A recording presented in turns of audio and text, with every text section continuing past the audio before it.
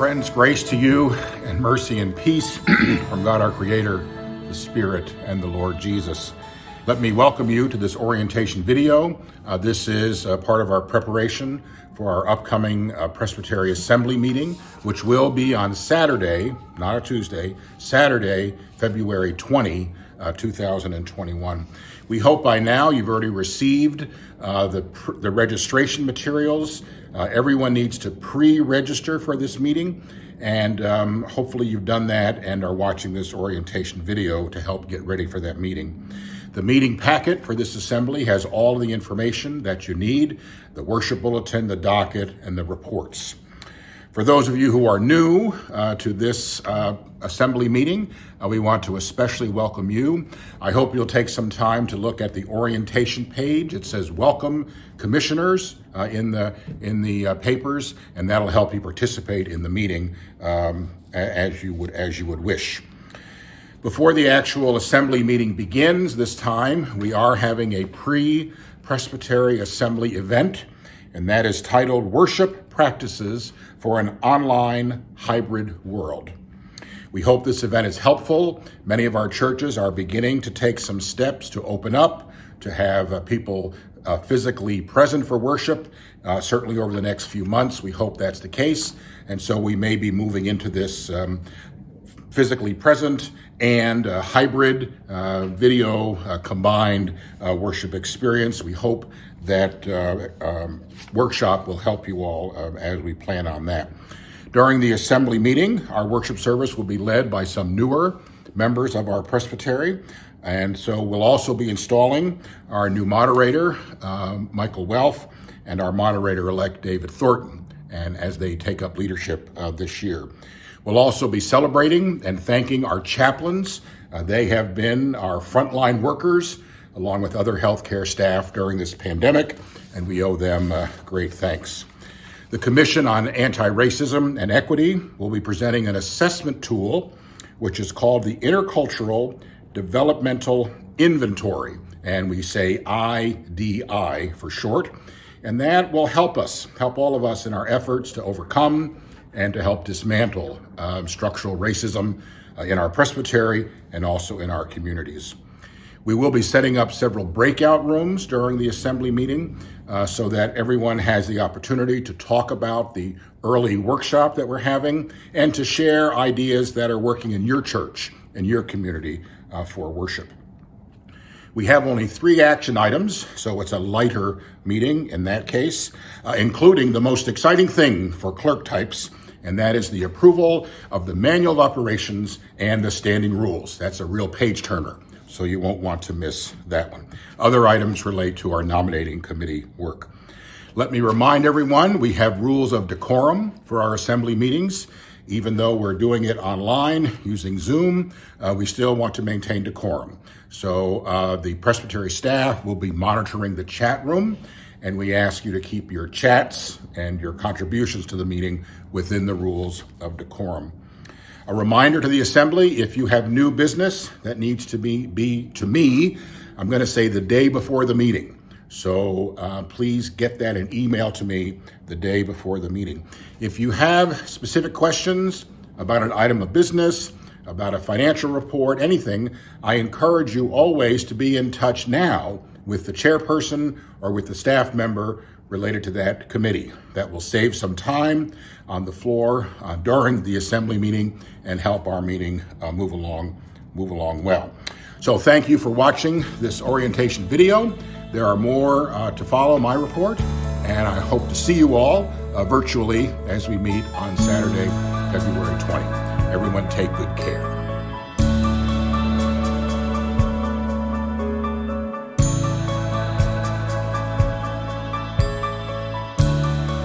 Hello, members of the Presbytery of Chicago Presbytery Assembly. I am Barbara Wilson, and I am pleased to introduce our new Mental Health Committee. You'll hear from them shortly. I wanted to thank all of you because this committee is possible as a result of all of the hard work done through the past years. And the last 5 years, many of you congregations have hosted Mental Health First Aid. You have hosted the Understanding Adverse Childhood Experiences workshop. You have participated in the Trauma Symposium. You have participated in the Chicagoland Trauma Informed for Congregations Network, NAMI, and other organizations. We have been blessed to receive as a Presbytery a grant from the PCUSA to continue the work of mental health in our Presbytery. Thank you, and let's continue the journey. Hello. It's an honor to introduce the newly formed Mental Health Initiative and its committee appointed by the Chicago Presbytery. I'm Bunny Hughes, moderator, and it is our hope to answer the call of Jesus to walk with the hurting, to bind up the brokenhearted, and to embrace the despairing. Our mission committee has worked very hard to articulate our purpose, and so now I would like to share with you our mission statement. The Mental Health Committee provides education, training, spiritual support, and resources for congregations and the larger community as we are called to compassionately journey together through mental health challenges. The committee seeks to promote all efforts that foster greater mental and emotional well-being for us all. Nothing touches us more deeply than to hear the stories of others. So now let us listen to one person's story. My church is my family. They've been supportive of me since the day I walked over to check the church out to see what it was all about, and I was welcomed with open arms by everyone. And I've gone through some real rough times since I came here in 2013, and my church family has supported me. They've prayed for me. They've stood by me through thick and thin. And I've made some really true friends here, which is something that I was always looking for. Good morning. I'm David Thornton. I recall a plaintive statement made by one of my former church members. Everyone needs a friend. I also recall the words of Scripture in Hebrews 13:2. Be careful how you entertain strangers, for they may be angels of whom you are unaware. These two statements have influenced my energy and passion for the engagement of companionship training. My teammate, the Reverend Barbara Gorski, and I have been taught the skills to reach out to the greatest diversity of people, especially the marginalized, to interact with them in such a way that they know that they have been heard, seen, and helped in a manner which encourages them to be, as they affirm themselves as part of the beautiful tapestry of humanity. We invite you to consider companionship training, which is being provided by the Presbytery of Chicago. Thank you. The church has taught me to be more comfortable in communing with God, because that's my spiritual connection with God is just, it's crucial for me, because without it, I live a life of survival, and the church definitely helps me, gives me life. And so I feel like I'm more in a place of living life rather than just surviving. Many times when someone is suffering with a mental health condition, what we don't know is that their emotional and social development, in fact, the development of their very brain, was affected by adverse childhood experiences called ACEs. ACEs include abuse, neglect, and growing up around substance abuse, domestic violence, criminal activity, or mental illness. ACEs are present in every segment of our society. An ongoing decade-long study conducted by the CDC and other groups has shown that individuals who have a number of ACEs in their background are far more likely to suffer from illnesses of every kind, from physical diseases to mental health conditions. So when we find someone off-putting in our neighborhood, in our community, in our workplace, even in our family or in our church work, the question we should be asking ourselves is not, what is the matter with that person? But rather, what happened to that person? Hello, my name is Kathy McNair. I've spent many years in the mental health field, and thankfully there are new strides that are being made for people living with mental health challenges and for those who live with them. But these advances have not shielded me from my shock and dismay at the staggering statistics around the numbers of people struggling with mental illness.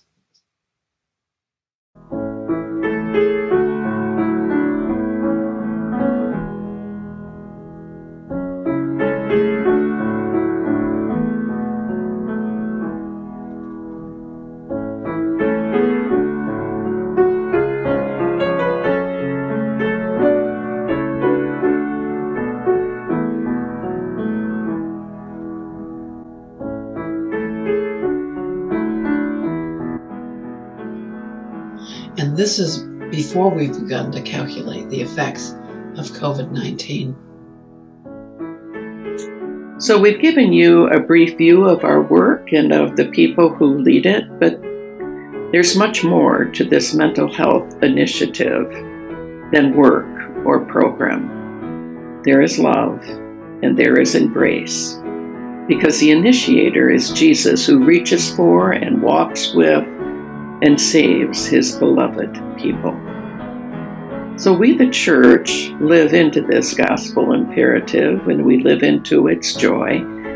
So please walk with us as we offer ACE training and companionship training. Jump on in. We'll navigate these waters together. We'll navigate them in his name. Thank you.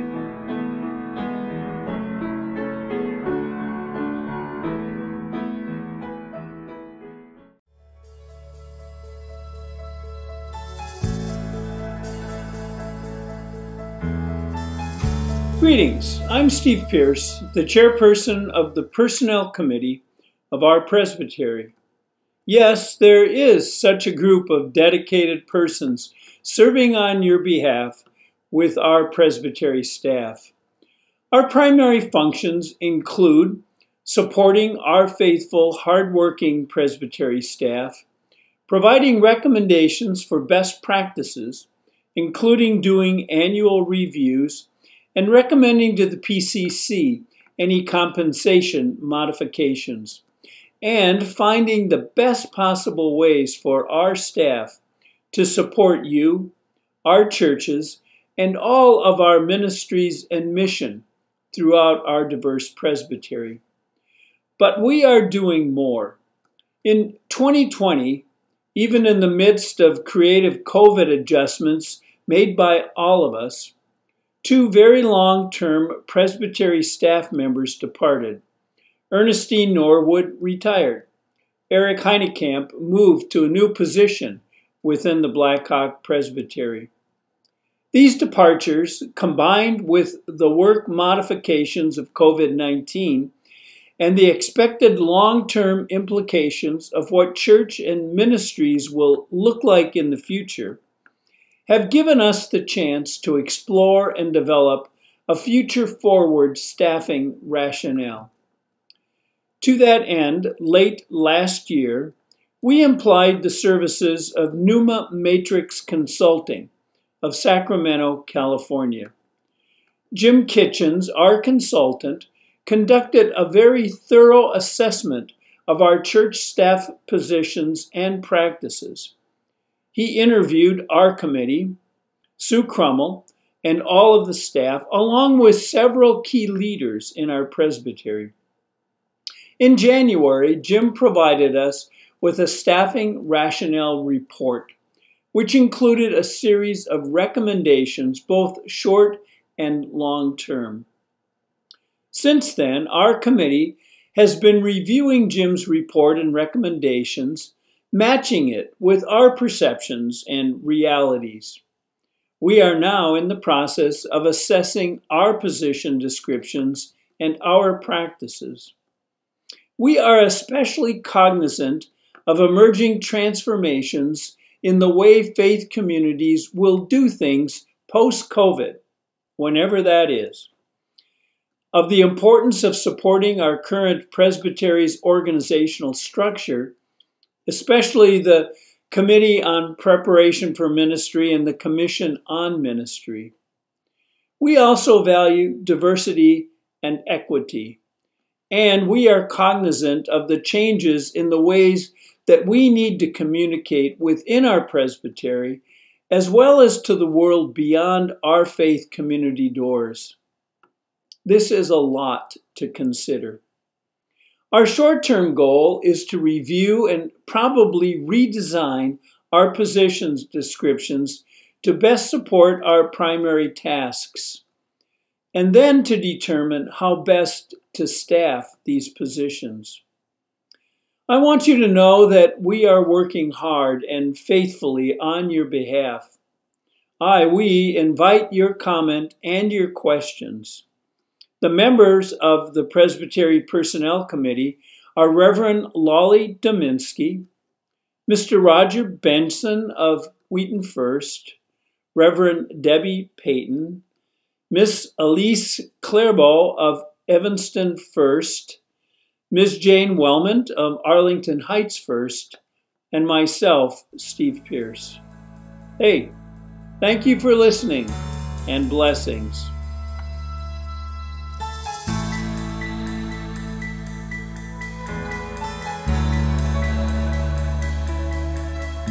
Greetings, colleagues. This is Ken Green, the church consultant for the Board of Pensions for our synod, and I've got an important heads up for you and a couple reminders of things that have just happened that you might need to be aware of. So here's the heads up. February actually will be your last paper billing, your last paper invoice from the Board of Pensions. We will be beginning in March sending your invoices electronically only. And we'll be doing that really for a couple important reasons. Primarily, the speed of processing things in the mail. The timeliness of delivery is a problem for us. We have not been able to get our whole staff back into the offices in Philadelphia. We've been sending a couple people a week into the office to sort mail, and it's just not working out. So we need to make this change to make things work. We are not going to mandate that you pay your bill online, although that would be more secure than sending us a paper check like most of your churches do. But we are going to insist that you allow us to bill you electronically. So here's what you do about that. You have whoever's paying your bill, the employer representative or your financial secretary, go on to the standard website for the Board of Pensions, pensions.org. And on the bottom right of the landing page of the website, you'll find a link to Board Link, is the service we call the online billing process. And there will be instructions, if they click on that link, to register for Board Link. And so for a variety of reasons, including the safety of our employees and yours and environmental stewardship, cutting down less trees, but primarily for the security of the transactions and for the timeliness of delivery, February, this month, will be your last paper invoice. So be ready, have someone go on to pensions.org and get your church registered for your online billing. It turns out that we still expect you to pay for your benefits. All right, here's the reminders. Starting in January, we made temporary disability coverage available to any church worker for any church that wants to have their workers covered. Anyone over 20 hours a week is eligible. And at the church or the employer's discretion, that can be an employee paid or an employer paid benefit. Again, available to any church worker over 20 hours a week. That was available January 1st. And that is included in both the pastor's packages, pastor's participation and minister's choice for those pastors who are not in installed positions. So temporary disability coverage is part of the package for pastors. As of January 1st, it's available to others. Want you to be reminded of that. And then the last acknowledgement is Express Scripts. Starting in January, we have a new pharmacy benefit manager for the Board of Pensions medical coverage. And trust me, I know that those kind of transitions can be frustrating. It takes extra effort to set up your own account. Sometimes you have to loop your doctor in to get a script change, that kind of thing. We know it can be frustrating, but we're here as your advocate to help work things out. Call us if you need to. Where? 1-800-PRESS-PLAN. That's the mnemonic, 1-800-PRESS-PLAN. Hope that's helpful for you. Before our next meeting, hope to talk to you a little bit about that second benefit option for pastors, minister's choice. More on that coming. All right. Look forward to seeing you at our meeting. Hope you're ready for your next delightful dollop of snow.